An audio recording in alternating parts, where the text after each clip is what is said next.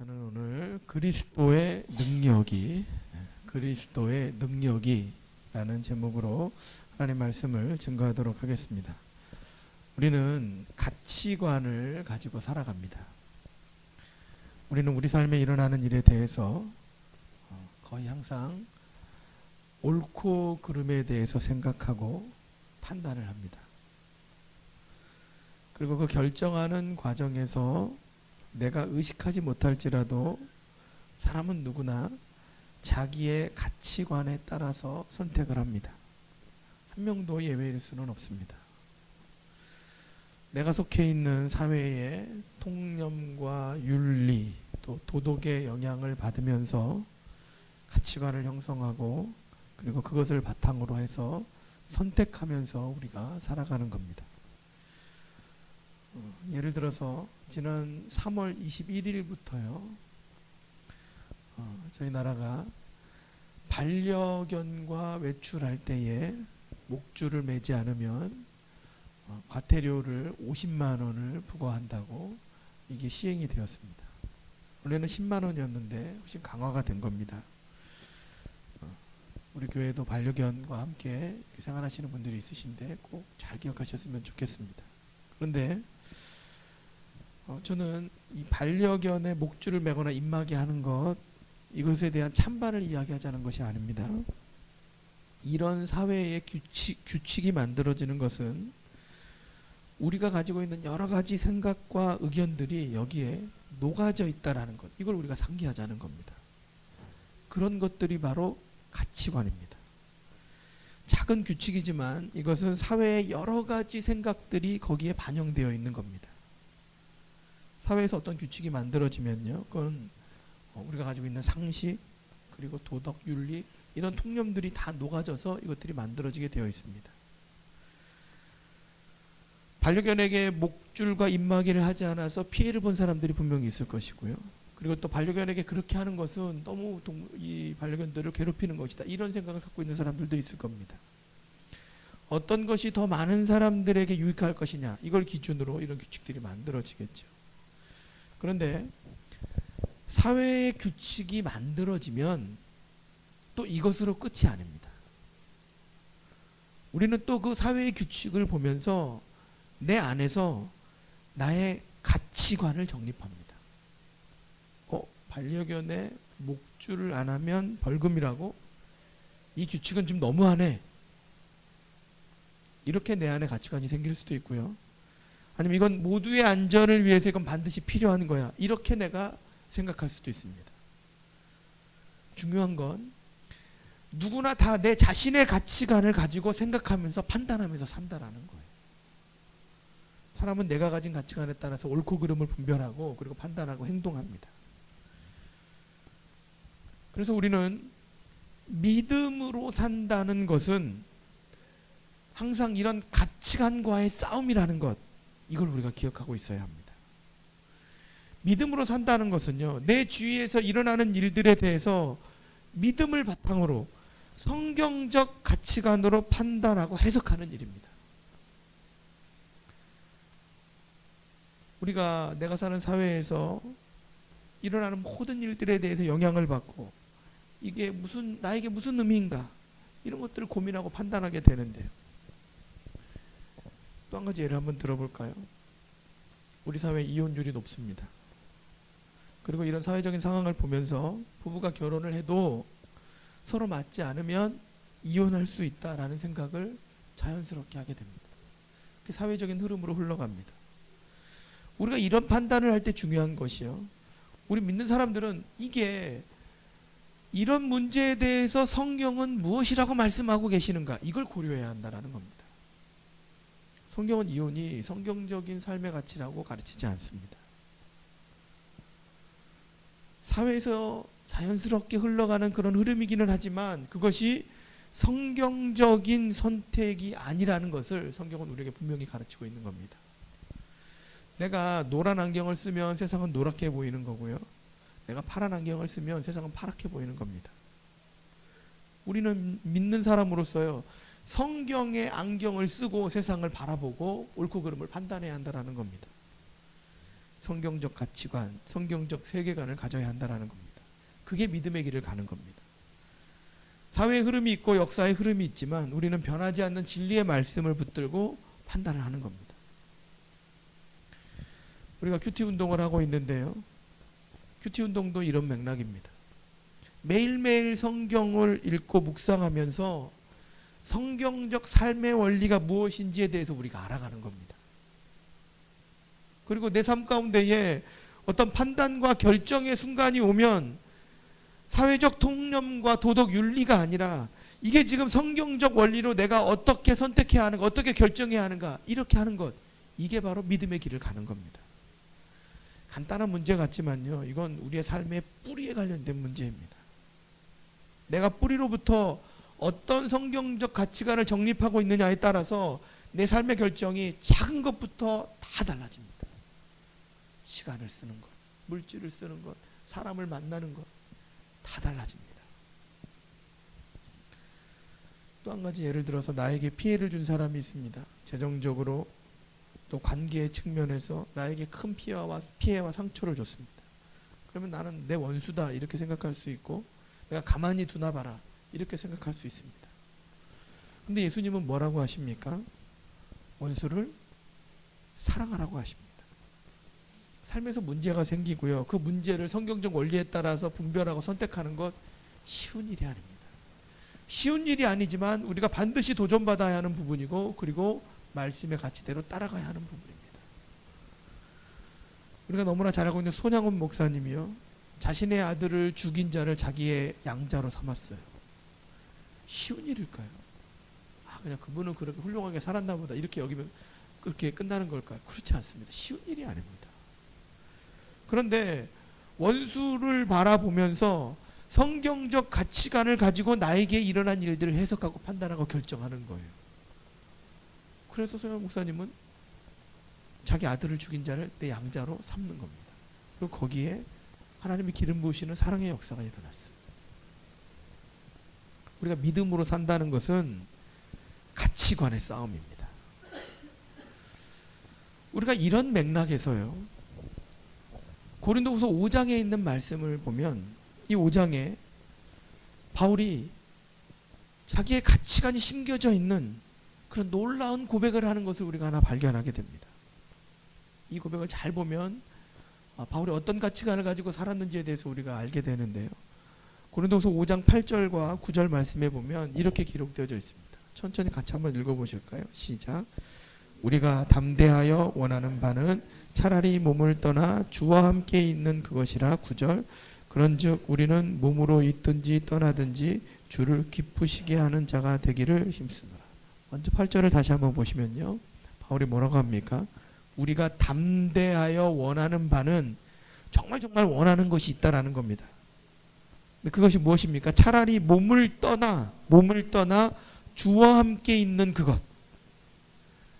쉽게 표현해서 내가 정말 원하는 삶은 이 땅에서 사는 게 아니라 나는 이 땅에서 삶을 이제 정리하고 주님 있는 곳으로 가고 싶다라는 거예요. 여기에 미련이 없다라는 겁니다. 이 땅에 사는 것보다 주와 함께 있는 것이 더 좋다. 거기 생각해 보세요. 바울은 무엇 때문에 이 말을 할 수 있을까요? 혹시 바울처럼 이 고백하실 수 있으십니까? 난 지금 여기서 사는 것보다 주님께 가는 게 더 좋아.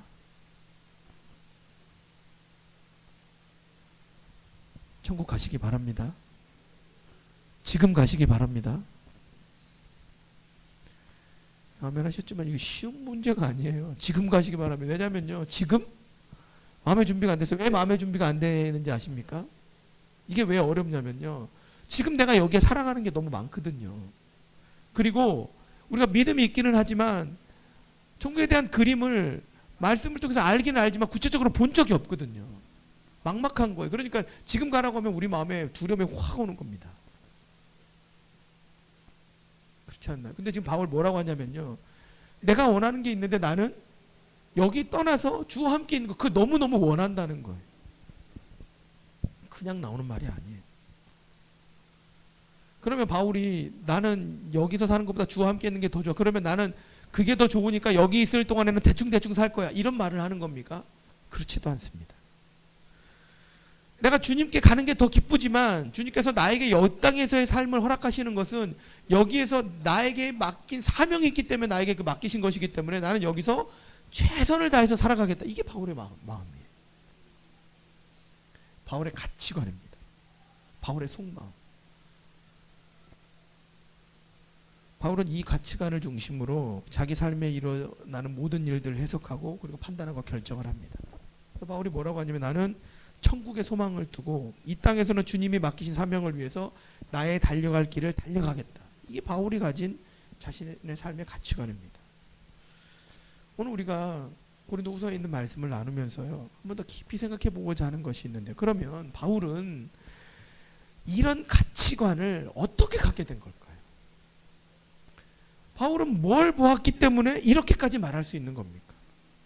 나는 주와 함께 있는 것이 더 좋다. 여기 있는 것보다. 뭘 보았기 때문에 바울은 이렇게 말할 수 있는 겁니까? 오늘 우리가 본문으로 읽은 고린도후서 12장에 보면 바울이 자기가 이런 가치관을 갖게 된 배경에 대해서 설명을 합니다. 먼저 1절 말씀을 한번 보실까요? 12장 1절 말씀을 보시면 천천히 같이 읽겠습니다. 시작. 무익하나마 내가 부득불 자랑하노니 주의 환상과 계시를 말하리라. 부득불 자랑하겠다라는 거예요. 부득불 자랑하는 이유는요, 고린도 교회에 바울이 사도가 아니라는 이런 의심이 생겨났기 때문입니다. 그리고 사도가 아니라고 의심하는 이유가 또 한 가지가 나왔는데 그게 뭐냐면 바울은 깊은 영적인 체험을 한 사람이 아니야. 이런 또 소문이 고린도 교회에 돈 겁니다. 그래서 바울은 어쩔 수 없이 자기의 영적 체험에 대해서 이야기를 하는 겁니다. 근데 영적 체험에 대해서 바울이 하는 이야기가 뭡니까? 부득불 자랑하노니 주의 환상과 계시를 말하리라. 주의 환상과 계시를 말한다. 환상이라는 게 뭡니까? 환상은 초월적이고 신적인 광경을 목격하는 경험입니다. 저는 저와 여러분이 하나님이 보여주시는 환상을 보기를 원합니다. 환상은요, 꼭 기억하세요. 내가 보고 싶다고 보는 게 아니에요. 내가 보고 싶다고 보는 거는 환상이 아닙니다. 환상은 하나님이 보여주셔야만 보는 거예요. 바울이 그걸 본 거예요. 하나님이 보여주시는 환상, 하나님의 뜻과 하나님의 섭리가 담겨져 있는 그 환상을 바울이 봤다라는 거예요. 환상과 또 뭘 봤습니까? 계시를 말한다는 거예요. 계시도 똑같아요. 계시는 제가 여러 번 설명드렸잖아요. 하나님만이 알고 계시는 뜻을 하나님이 보자기를 확 벗겨서 보여주시는 거. 그러니까 바울이 환상과 계시를 말하겠다라는 거예요. 그 내용이 무엇입니까? 2절부터 4절까지의 말씀을 보시면 천천히 우리 2절부터 4절까지 같이 읽어보실까요? 시작. 내가 그리스도 안에 있는 한 사람을 아노니 그는 14년 전에 셋째 하늘에 이끌려 간 자라. 가로 안에 도요. 그가 몸 안에 있었는지 몸 밖에 있었는지 나는 모르거니와 하나님은 아시느니라. 3절. 내가 이런 사람을 아노니 그가 몸 안에 있었는지 몸 밖에 있었는지 나는 모르거니와 하나님은 아시느니라. 4절이요. 시작. 그가 낙원으로 이끌려가서 말로 표현할 수 없는 말을 들었으니 사람이 가히 이르지 못할 말이로다. 이 구절들이요, 우리가 이해하기에 좀 표현이 어렵습니다. 어려운데요, 이렇게 생각하시면 심플하게 옵니다.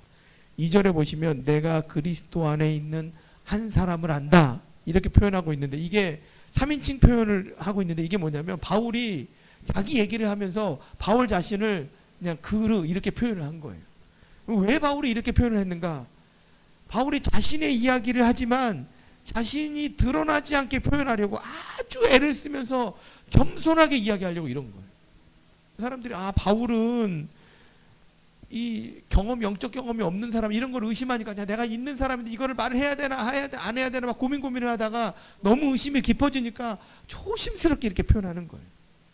그러면서 꺼내는 이야기가 뭡니까? 14년 전에 있었던 이야기를 꺼내는 거예요.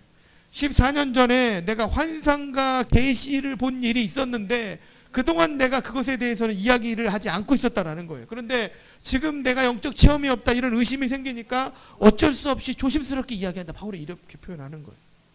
14년 전이면요, 이 고린도후서를 기록할 때 14년 전이면 바울의 행적으로 보면 바울이 다메섹에서 예수님을 환상 가운데 만나고 아라비아 광야로 갔을 때입니다. 바울이 다메섹에 체포영장 들고 갔었잖아요. 그리고 거의 도착했을 때에 환상 가운데 예수님을 만나지 않았습니까? 그리고 다메섹에 들어가서 이제 이 눈에 있었던 것들이 벗겨지고 예수님을 전했어요. 다메섹에 있던 사람들이 또 이 바울이 이제 배신을 했다고 막 이렇게 해를 가하려고 했죠. 그래서 다메섹에서 나왔거든요. 나와서 어디로 갔냐면 다메섹 옆에 있는 아라비아 광야로 갔습니다.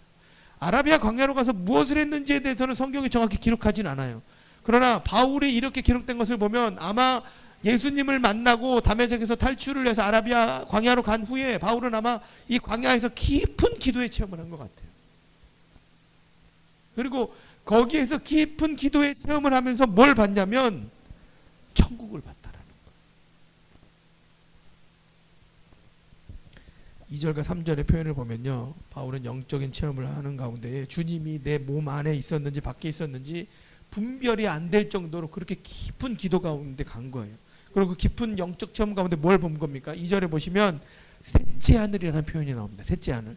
이게 지금 우리가 개역 개정인데 개역 개정 전에는 삼층천이라고 표현했습니다. 삼층천이 뭐냐면 바울 당시에 사람들이 이해하던 천국에 대한 개념이에요. 이게 뭐 논란도 많지만 그러나 쉽게 얘기하면 바울이 천국을 봤다라는 거예요. 천국이 어떤 곳인지를 바울이 깊은 기도 가운데 체험해서 이끌려가서 그걸 봤다라는 거예요. 4절에 보시면 낙원으로 이끌려가서 내 말로는 표현할 수 없는 그런 말까지 들었다, 이렇게 이야기를 합니다.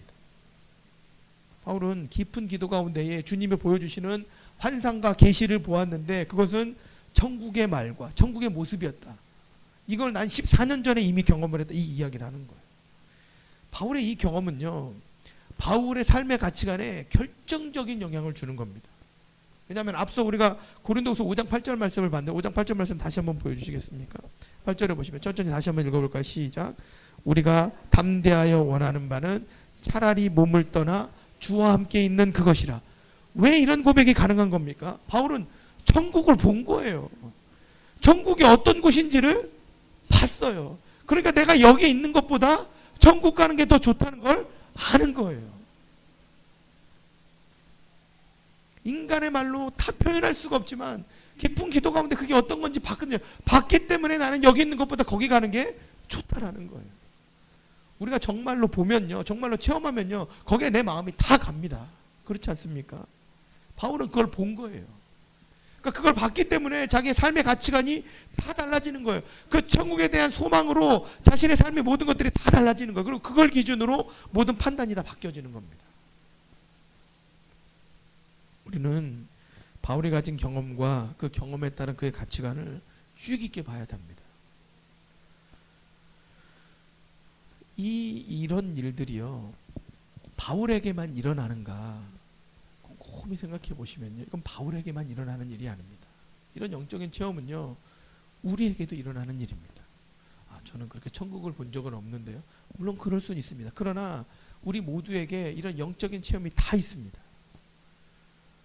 그 가장 심플한 증거로요, 영적인 체험이 그게 크든 작든 이걸 떠나서 영적인 체험이 없었다면 지금 여기서 예배를 드리실 수가 없어요. 어쨌든 주일날 오전에 나는 예배를 드린다, 그게 내 삶의 가치관이야, 그게 나의 삶의 기준이야, 이런 믿음이 있기 때문에 여기 계시는 거예요.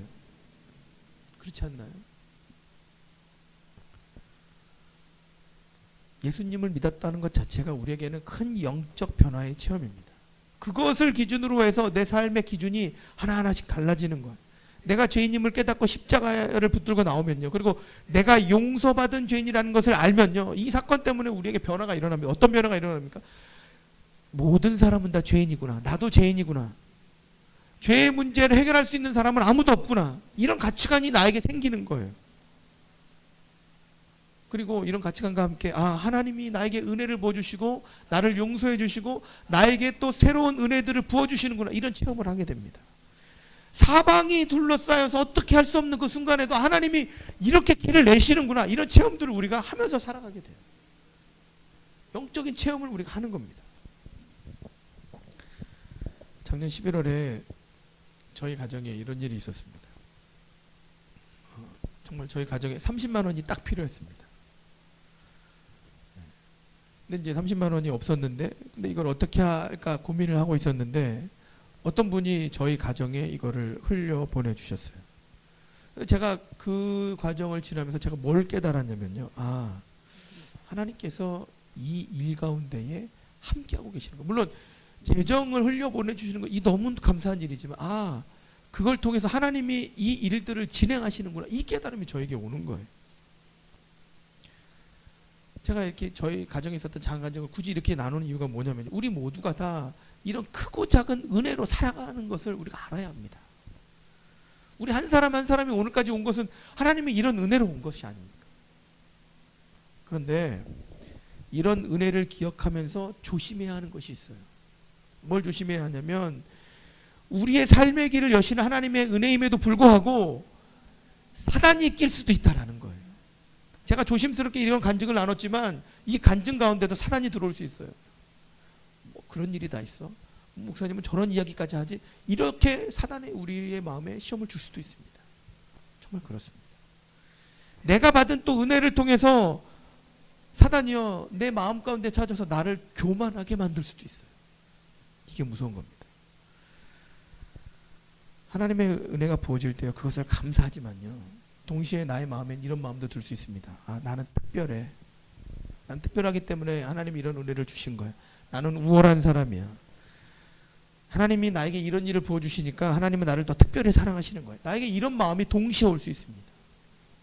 누구도 예외가 아닙니다. 이런 마음이 든 게요 바울에게도 이런 마음이 들었어요. 그래서 바울은 12장 6절에 보면 이렇게 표현합니다. 6절 말씀 같이 한번 읽어보실까요? 같이 읽습니다. 시작. 내가 만일 자랑하고자 하여도 어리석은 자가 되지 아니할 것은 내가 참말을 함이라. 그러나 누가 나를 보는 바와 내게 듣는 바에 지나치게 생각할까 두려워하여 그만두노라. 내가 깊은 기도 가운데 천국을 경험한 이것을 자랑하고자 해도 이건 내가 그 이야기에도 어리석은 사람은 아니라는 거예요. 왜냐하면 이건 참말이기 때문에 거짓이 아니기 때문에 내가 어리석은 사람은 아니라는 거예요. 그러나 그럼에도 불구하고 바울은 자기에게 브레이크를 거는 거예요. 왜 거냐면요 내가 이것을 말함으로 인해서 사람들은 필요 이상으로 나를 볼 수 있는 그런 가능성이 있다라는 거예요. 그리고 내가 이걸 이야기하면서 나 스스로도 나는 이런 경험을 한 사람이야 이렇게 교만에 빠질 가능성이 있다라는 거예요.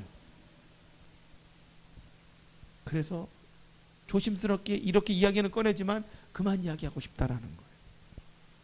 사람들은 이렇게 이야기할 수 있는 겁니다. 바울이 천국을 경험하는 환상과 계시를 봤대. 바울이 우리가 잘못 알고 있었네. 너무너무 위대한 사람이야. 이러면서 바울이 갖고 있는 것 이상으로 혹 마음이 바꿔줄 수도 있다라는 거예요. 그건 너무 위험하다라는 거예요.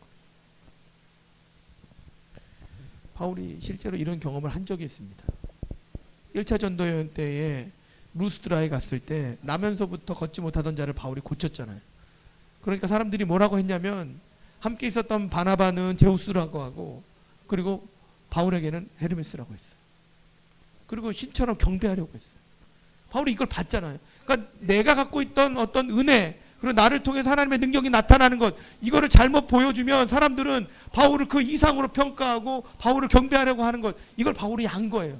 그리고 그렇게 되면 내가 교만해질 수 있구나. 그리고 교만해지면서 내가 넘어지는 것이고 나만 넘어지는 것이 아니라 나를 그렇게 보는 사람들도 다 같이 넘어질 수 있는 것이구나. 바울은 이걸 안 거예요. 우리에게 주어진 하나님의 은혜를 통해서 나에게 교만이 올 수도 있음을 꼭 기억하시기 바랍니다. 하나님은 우리에게 은사와 재능 다 부어주실 수 있어요. 그러나 그 은사와 재능이 나에게 들어와서 내가 오염된 것으로 잘못 사용하기 시작하면요. 그것 때문에 내가 교만해지고 다른 사람들도 다 넘어지게 할 수 있습니다. 그래서 바울은 하나님께서 자기에게 큰 계시와 은혜를 준 것도 사실이지만 하나님이 교만하게 하지 않기 위해서 나에게 안전장치를 하나 주셨다. 이렇게 고백을 합니다. 그 내용이 무엇입니까? 7절 말씀 보시면요. 7절 같이 읽어보실까요? 시작. 여러 계시를 받은 것이 지극히 크므로 너무 자만하지 않게 하시려고 내 육체의 가시 곧 사탄의 사자를 주셨으니 이는 나를 쳐서 너무 자만하지 않게 하려 하심이라. 여러 가지 계시를 받은 것이 지극히 크므로 너무 많이 본 거예요. 그런데 너무 자만하지 않게 하시려고 이 번역이 우리말 번역을 하면 교만하지 않게 하시려고. 내가 받은 여러 가지 계시가 지극히 큰데 하나님 이것 때문에 내가 교만해질까 봐 그것에 대한 안전장치를 주셨는데 그게 바로 육체의 가시라는 거예요. 바울이 가진 이 육체의 가시는요, 여러 가지 이야기가 있습니다. 바울이 예수님을 만났을 때에 강한 빛을 봤잖아요. 그것 때문에 눈에 안질이 생겼다고 그렇게 해석을 하기도 하고요. 아니면 간질병이 있어서 복음을 전하기 아주 큰 어려움을 겪었다, 이렇게 해석을 하기도 합니다. 근데 분명한 건 이 육체의 가시가 바울에게는 작은 문제가 아니었다라는 거예요. 죽음을 생각하게 할 만큼 아주 고통스러운 문제였어요. 그래서 바울은 이걸 고쳐달라고 하나님 앞에 간구까지 했습니다. 8절 말씀 보시면, 8절 읽어보실까요? 시작.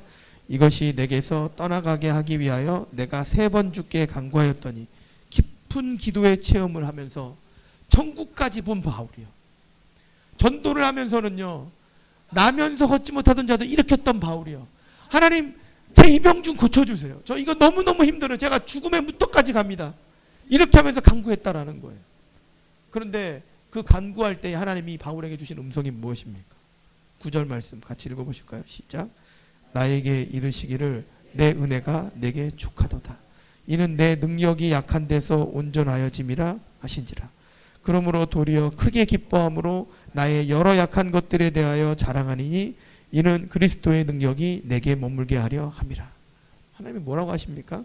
내 은혜가 내게 족하다. 하나님이 바울에게 병 고쳐달라고, 하나님 이거 너무너무 힘들어요, 고쳐달라고 간구하는 바울에게 하나님이 응답하신 게 이거예요. 하나님이 바울에게 주신 은혜가 족하다는 거예요. 너에게 준 은혜가 충분하다. 다른 말로 표현하면, 너에게 여기서 이 병까지 고쳐주면 너는 교만해질 수 있다. 그러니까 네가 더 겸손하기 위해서 너에게는 이런 안전장치가 필요하다. 하나님이 이 말씀을 주시는 거예요. 그리고 바울은 이게 하나님의 뜻인 것을 깨달았어요. 우리 삶에 여러 가지 문제가 있습니다. 저도 똑같습니다. 정말 내가 너무나 사모하는, 그래서 반드시 해결되어야 하는 그런 문제가 있어요. 하나님, 제가 이것만 해결되면 살겠습니다. 이 건강의 문제만 해결되면 제가 살겠습니다. 제가 이 물질의 문제만 해결되면 살겠습니다. 내가 이 자녀의 문제만 해결되면 살겠습니다. 그런데 하나님의 시선은요, 나와 다를 수 있어요. 아니다, 너의 은혜가 족하다. 내가 너에게 준 은혜가 족하다. 너의 삶에 가시가 있기 때문에 네가 그나마 이만큼 겸손하게 사는 것이다. 그래서 네가 하나님을 찾는 것이다. 오히려 하나님은요, 우리를 보호하시기 위해서 우리에게 가시를 주실 수도 있는 거예요. 저 사람만 아니면 내가 좀 좋겠어, 저 사람만 저렇게 해주면 내가 좀 살겠어. 아닙니다. 하나님은 그걸 통해서 나를 교만하지 않게 하시는 거예요. 그걸 통해서 하나님께서 내 모습을 내가 보게 하시는 거예요. 오늘 우리가 결론으로 주목해야 할 것은 이것입니다. 바울은 자기에게 있는 이 육체의 가시를 통해서 하나님 앞에서 살아가는 자신의 삶의 가치관을 하나 더 발견합니다. 그게 뭘까요? 9절 말씀을 다시 한번 읽어보실까요? 9절을 천천히 다시 한번 읽겠습니다. 시작. 나에게 이르시기를 내 은혜가 내게 족하도다. 이는 내 능력이 약한 데서 온전하여짐이라 하신지라. 그러므로 도리어 크게 기뻐함으로 나의 여러 약한 것들에 대하여 자랑하리니 이는 그리스도의 능력이 내게 머물게 하려 함이라. 바울은요, 바울 자신이 어떠한 가운데 온전하여진다고 말합니까? 내 능력이 약한 데서 온전하여진다고 고백합니다. 그래서 나에게 있는 가시가 있는 것을 기뻐한다고 하는 거예요. 그리고 약한 것을 자랑한다고 하는데 왜 그렇게 하는 겁니까? 약한 것들을 자랑하고 인정할 때에 뭐가 머뭅니까? 그리스도의 능력이 나에게 머문다는 거예요. 뭐요? 그리스도의 능력.